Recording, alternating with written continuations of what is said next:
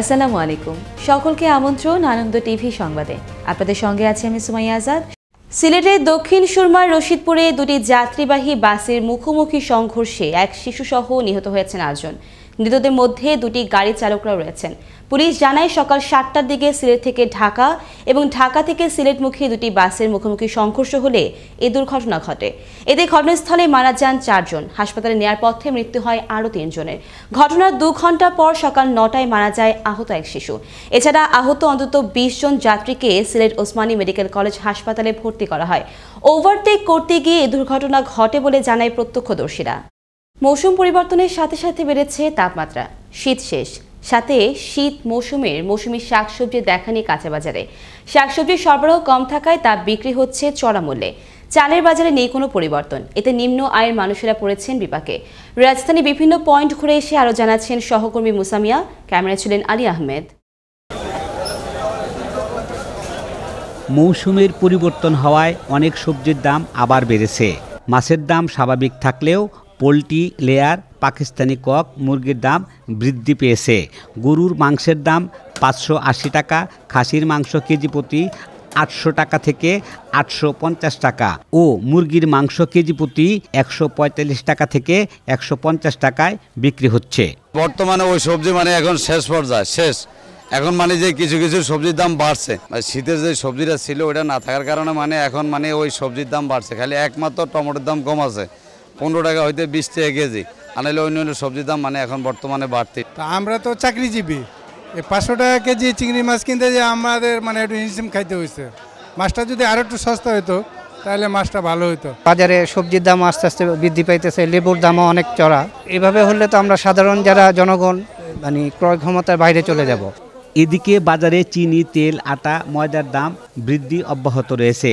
ভোজ্য তেল প্রতি লিটার বিক্রি হচ্ছে 125 থেকে 130 টাকা। চিনি, আটা ও ময়দার দাম কেজি প্রতি বেড়েছে 4 থেকে 5 টাকা করে। 120 টাকা করে লিটার বিক্রি করতেছি, সরকার নির্ধারণ করছে 130 টাকা। তো আসলে মধ্যবিত্ত মানুষগুলো এখন বর্তমানে একটা আতঙ্কের ভিতরে আছে। আর যারা বড় বড় ব্যবসায়ী এরা আসলে চিন্তা ভাবনা করতেছে সামনে যে জুনে বাজেট আছে, বাজেটের সামনে রাখা কিন্তু আর রমজান, সবরাত এদেরকে কেন্দ্র করি আসলে স্থানীয় ব্যবসায়ী এর একটা সিন্ডিকেটের চিন্তা ভাবনা করে রাখতেছে। বাজারে চালের দাম কমার কোনো লক্ষণ নেই। অসহনীয়ভাবে চালের দাম বৃদ্ধিতে নিম্ন আয়ের মানুষের ক্রয় ক্ষমতার বাইরে চলে যাচ্ছে। খুচরা বিক্রেতাদের তদারকি না করে মিল মালিক সহ মজুতদারিদের ব্যবস্থা নিলে চালের দাম নিয়ন্ত্রণে আসবে বলে মনে করেন এই বিক্রেতা। যারা বড় বড় আড়তদার মেলার তারা মজুরটা যদি কম করতো, মজুরটা যাদের সরকার ওদিকে নর্থ বেঙ্গলের দিকে নজরদারি করতো, তাহলে এই বাজার নিয়ন্ত্রণ করা সম্ভব। সরকারি বাজেট ও রোজাকে সামনে রেখে এখন থেকেই বাজারের ভারসাম্য বজায় রাখতে কাজ করবে সরকার, এমনটাই প্রত্যাশা ক্রেতা সাধারণের। মুসামিয়া, আনন্দ টিভি, ঢাকা। দেখছেন আনন্দ টিভি সংবাদ, সঙ্গে আছি সুমাইয়া আজাদ। বগুড়ার শাহজাহানপুরে যাত্রীবাহী বাস ও সিএনজির মুখোমুখি সংঘর্ষে মৃত্যু হল 4 জনের। নিহতদের সবাই সিএনজির যাত্রী ছিলেন।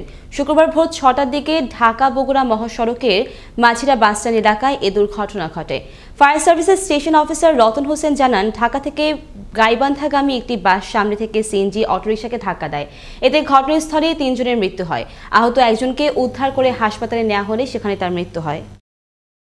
নোয়াখালীতে মুজিব বর্ষ উপলক্ষে আওয়ামী লীগ সরকারের উন্নয়ন প্রচারণা নিয়ে ধারাবাহিকভাবে অনুষ্ঠিত হল নাগরিক মত বিনিময় সভা। বৃহস্পতিবার বিকেলে নোয়াখালী পৌরসভার আয়োজনে রফিকুল ইসলাম আলমগীরের সভাপতিত্বে মত বিনিময় সভায় প্রধান অতিথি ছিলেন নোয়াখালী পৌরসভার মেয়র শহীদুল্লাহ খান সোহেল।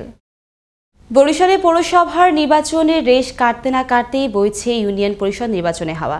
তফসিল ঘোষণা না করা হলেও আসন্ন ইউনিয়ন পরিষদ নির্বাচনকে সামনে রেখে প্রচারণায় সরগম হয়ে উঠেছে বরিশালের গরুনদী উপজেলার 7টি ইউনিয়নের জনপদ। প্রধান 2 আওয়ামী লীগ এবং বিএনপি সহ সম্ভাব্য সকল প্রার্থী বিভিন্ন কৌশলে চালিয়ে যাচ্ছেন প্রচারণা। বরিশাল থেকে কাজী আলামিন জানাচ্ছেন বিস্তারিত। তফসিল ঘোষণা না করা হলেও আসন্ন ইউনিয়ন পরিষদ নির্বাচনকে সামনে রেখে প্রচারণায় সরগরম হয়ে উঠেছে বরিশালের গৌরনদী উপজেলার 7টি ইউনিয়নের জনপদ। এই উপজেলার প্রধান দুই দলের সম্ভাব্য প্রার্থীরা ইতিমধ্যেই দোয়া চেয়ে এলাকায় ব্যানার পোস্টার টানানো সহ রাজনৈতিক ও সেবামূলক কর্মকাণ্ডের মাধ্যমে ইউনিয়নবাসীকে চেয়ারম্যান পদে প্রার্থী হওয়ার বিষয়টি জানান দিয়েছেন। বিভিন্ন দুর্যোগকালীন সময়ে পাশে থাকা ব্যক্তিকে চেয়ারম্যান পদে দেখতে চান সাধারণ ভোটাররা। শিমুল ভাই অত্যন্ত অমায়িক লোক, দেশদরদি, জনদরদি। চেয়ারম্যানের দরকার, কারণ উনি গরিব দুঃখীর বন্ধু। এই নির্বাচনে আমরা একটা যোগ্য নেতৃত্ব চাই এবং একজন যোগ্য প্রার্থী চাই, এবং সামনের এই ইউনিয়ন পরিষদ নির্বাচনে তারে মনোনয়ন দিলে সে বিপুল ভোটে চেয়ারম্যান হিসেবে জয়যুক্ত করবে। তবে জনমত যাচাই করে দলীয় মনোনয়ন দেওয়ার দাবি জানিয়েছেন আওয়ামী লীগ সমর্থিত প্রার্থীরা। জনগণের জনমত যাচাই করে যদি নমিনেশন দেওয়া হয় তাহলে ইনশাল্লাহ আমি নমিনেশন পাবো। আর যদি সেটাও না হয়, যদি স্বাভাবিক ভোট হয় সঠিক নিয়মে, তাহলে সেক্ষেত্রেও আমি বিপুল ভোটে বিজয়ী হব ইনশাল্লাহ। অসময়ে যাকে কাছে পাওয়া যায়, যার কাছে নির্দ্বিধায় সুখ দুঃখ শেয়ার করা যায়, 8 ইউনিয়ন পরিষদের নির্বাচনে ব্যালটের মাধ্যমে মানবিক কল্যাণ ও এলাকার উন্নয়নে তাকেই নির্বাচিত করতে চান সাধারণ ভোটাররা। কাজী আলামিন, আনন্দ টিভি, 4 ইউনিয়ন, গৌরনদী, বরিশাল। শেরপুরে পান বোঝাই ট্রাক উল্টে মৃত্যু হলো আমিনা পারভিন নামের এক নারীর। শুক্রবার সকালে শেরপুর শহরে চাপাতুর এলাকার সার্কিট হাউসের সামনে এই দুর্ঘটনা ঘটে। পুলিশ ও প্রত্যক্ষদর্শীরা জানায়, প্রতিদিনের মতো ওই নারী সড়ক ধরে হাঁটা শেষে বাড়ি ফেরার পথে সার্কিট হাউসের সামনে এলে পান বোঝাই একটি ট্রাক নিয়ন্ত্রণ হারিয়ে নারীকে চাপা দেয়। এতে ঘটনাস্থলে আমিনা পারভিনের মৃত্যু হয়। উপভোগ করার কথা ছিল লালন ভাবসঙ্গীত, কিন্তু সে আশা আর পূরণ হলো না দুই কাঠমিস্ত্রির। এটি আমগাছ উপড়ে পড়ল তাদের ওপর। বৃহস্পতিবার রাত 9টার দিকে এই দুর্ঘটনা ঘটে ময়মনসিংহের ভালুকার মল্লিক বাড়ি বাজারে। প্রত্যক্ষদর্শীরা জানায়, ঘটনার সময় কাঠমিস্ত্রি নাসিরউদ্দিন ও শহীদ মিয়া অন্যদের নিয়ে অনুষ্ঠান স্থলে যাওয়ার জন্য অপেক্ষা করছিলেন। আকস্মিক শতবর্ষী একটি মৃত আম গাছ গোড়া থেকে উপড়ে তাদের উপর পড়লে একজন ঘটনাস্থলে এবং অপরজনকে ময়মনসিংহ হাসপাতালে নেওয়ার পর মারা যায়। এই ছিল এখনকার মতো। আনন্দ টিভির সংবাদ দেখুন প্রতিদিন বিকেল 5টা 30 এবং রাত 9টা 30। আনন্দ টিভির সঙ্গে থাকার জন্য সকলকে ধন্যবাদ।